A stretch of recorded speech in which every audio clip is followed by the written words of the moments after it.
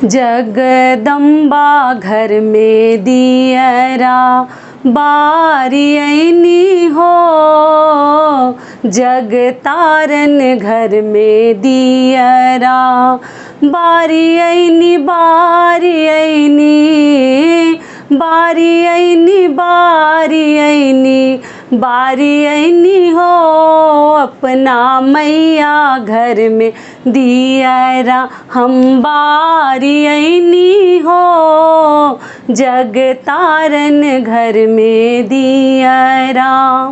नमस्कार दोस्तों, आप सभी का स्वागत करती हूँ मेरे चैनल ममताज वे में। कैसे हैं आप सब, तो ये बताने के लिए कमेंट बॉक्स में जय माता दी हमेशा की तरह ज़रूर लिखें।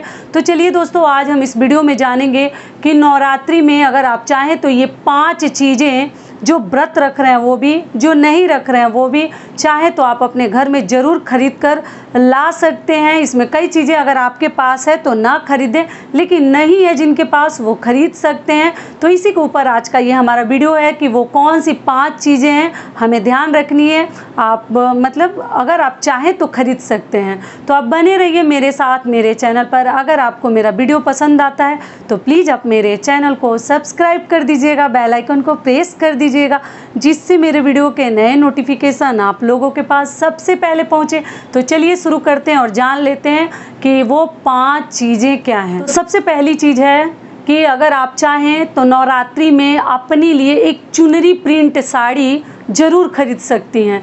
क्योंकि देखिए, अगर हम खरीद लेते हैं ना तो कभी भी पहन सकते हैं। आप अपने लिए भी खरीद कर चुंदरी माता को अष्टमी के दिन चढ़ाना बहुत अधिक शुभ माना जाता है। या तो आप मन्नत भी कर सकती हैं कि माता रानी मेरा ये कार्य पूरा हो जाए तो मैं आपको चुनरी चढ़ाऊंगी।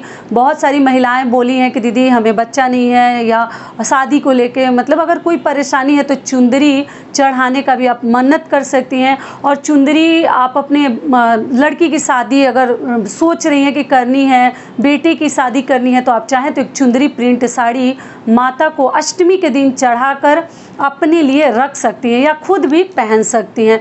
तो नवरात्रि में चुंदरी प्रिंट साड़ी खरीदना और चढ़ाना बहुत अधिक शुभ माना जाता है। तो हर माताएं बहनें ध्यान रखें, हो सके तो खरीद सकती हैं, बाकी आगे आप लोग की मर्जी है, अपना बजट देखकर ही कार्य करें।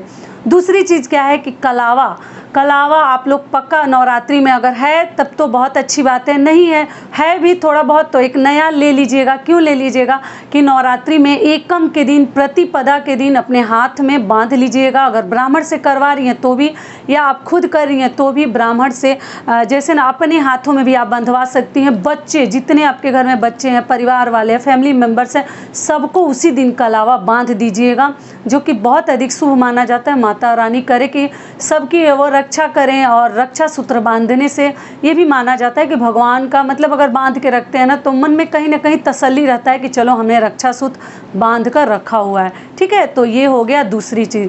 तीसरी चीज़ क्या है कि आप लोग के घर में कई लोग बोले हैं कि दीदी हम 10 साल से मैडम हम जितने साल से नवरात्रि कर रहे हैं उतने फ़ोटो हम खरीदे हैं तो बहुत सारा हो गया। तो ऐसा ना करें, बहुत सारा फ़ोटो मूर्ति आपको नहीं खरीदनी चाहिए। जितना ही मूर्तियाँ और फ़ोटो पुरानी होती है ना उतना ही उसमें शक्तियाँ समाहित होती हैं।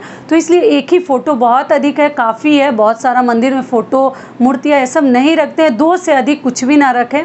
तो अगर आपके पास नहीं है, कई ऐसे लोग हैं ना जिनके पास कोई और देवी देवता है, काली जी हैं, लक्ष्मी जी हैं, लेकिन दुर्गा जी का नहीं है, तो आप दुर्गा जी का फ़ोटो खरीद सकती हैं। और फ़ोटो खरीदने में कहीं कोई पितृपक्ष का दोष आपके ऊपर नहीं लगेगा। आप कल भी खरीद सकती हैं, आप परसों भी खरीद सकती हैं, लेकिन परसों सुबह ही मुहूर्त है कलश स्थापना का और एक अभिजीत मुहूर्त है दोपहर में, तो आप देख लीजिएगा। लेकिन आप फ़ोटो जब खरीदिएगा माता रानी का, ज़रूर अपने घर में एक दुर्गा जी की फ़ोटो रखिए। शक्ति मिलती है हमें, दुर्गा जी का हम फ़ोटो रखते हैं तो हम महिलाओं को।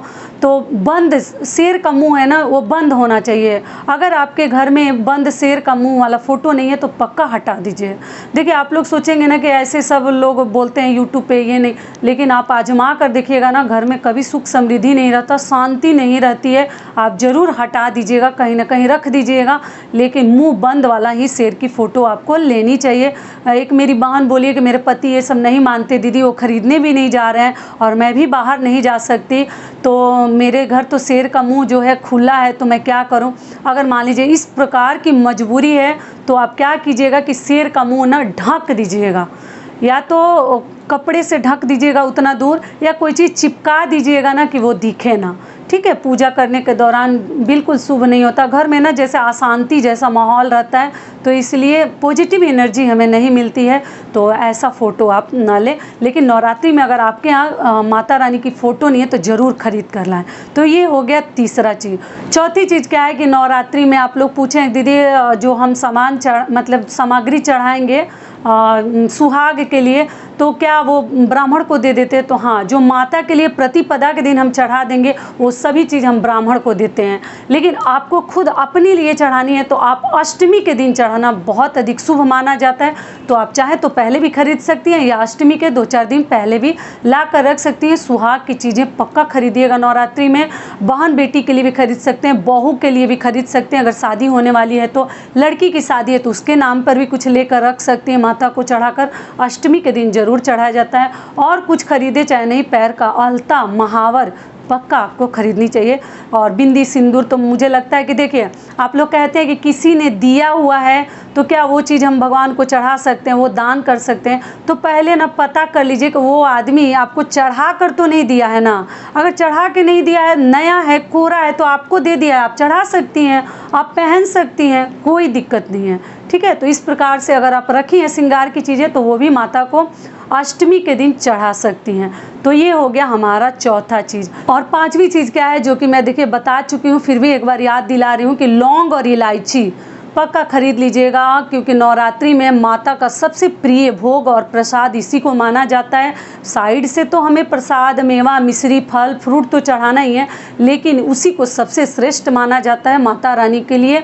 तो देखिए, मैं बहुत ज़्यादा नहीं बोलूँगी, जिसके पास है वो दोनों समय बदल कर चढ़ाएंगे। ठीक है, जो पुराना चढ़ा चुके हैं उसको हटा दीजिएगा, और जो नया चढ़ा रहे हैं मतलब दोनों समय नया चढ़ा दीजिएगा। लेकिन मान लीजिए जिसको उतना क्षमता नहीं है तो एक दिन में एक बार ही चढ़ाएंगे। आप चाहे तो 2 लौंग भी ले सकती है, 2 इलायची भी ले सकती हैं, आप चाहे तो 1 लौंग भी ले सकती हैं और 1 इलायची भी ले सकती हैं। पक्का खरीदिएगा नवरात्रि में। और एक चीज़ और बता दूं कि आप लोग पूछते हैं कि दीदी भोग कब हटाएं। ठीक है, जब माता रानी को हम भोग चढ़ाते हैं तो कब हटाएं? तो देखिए, भोग का अपमान होता है, बहुत अधिक देर तक भी नहीं छोड़नी चाहिए। पूजा करने के 1 मिनट या 1.5 या 2 मिनट के बाद ना उठा लेनी चाहिए। थोड़ा सा पूजा जब कर रही है तो वहाँ से आपको हट जानी चाहिए, तो कुछ देर के लिए छोड़ देनी चाहिए आचमनी करके, और उसके बाद आप जाकर हटा सकती हैं। क्योंकि बहुत अधिक देर तक माता के सामने पड़ा रहे, चींटी वगैरह आए, तो उससे भी प्रसाद का अपमान होता है। बिना प्रसाद खाए आपका पूजा जो है फलित नहीं होता है। लेकिन मासिक धर्म में माता का प्रसाद ना खाएं, क्योंकि प्रसाद का भी अपमान होता है। तो जब तक आप बाल नहीं धो ली हैं, 3 दिन नहीं हो गया है, तब तक मासिक धर्म में आप लोग माता का प्रसाद भी ना खाएं, उसको प्रणाम कर लें। ठीक है, जब कोई देता है तो उसको प्रणाम कर लेनी है, हमें प्रसाद नहीं खानी है। ठीक है, पूरी बातें क्लियर हो गई। तो आशा करती हूँ कि इस वीडियो से मेरी बहनों को माताओं को बहुत अधिक लाभ मिलेगा। फिर मिलती हूँ एक नए वीडियो में, तब तक के लिए नमस्कार। स्वस्थ रहिए, सुरक्षित रहिए, और जहाँ कहीं भी रहिए खूब खुश रहिए। और कल मैं शाम को 8 बजे लाइव आऊँगी। आप लोगों ने कहा है कि दीदी लाइव आइएगा, कि जो ही हमारे डाउट भरे सवाल हैं उसका आंसर दे दीजिएगा। तो कोशिश करूँगी, लेकिन 8 बजे शाम को आप लोग तैयार रहिएगा अपना क्वेश्चन लेके। ठीक है, धन्यवाद।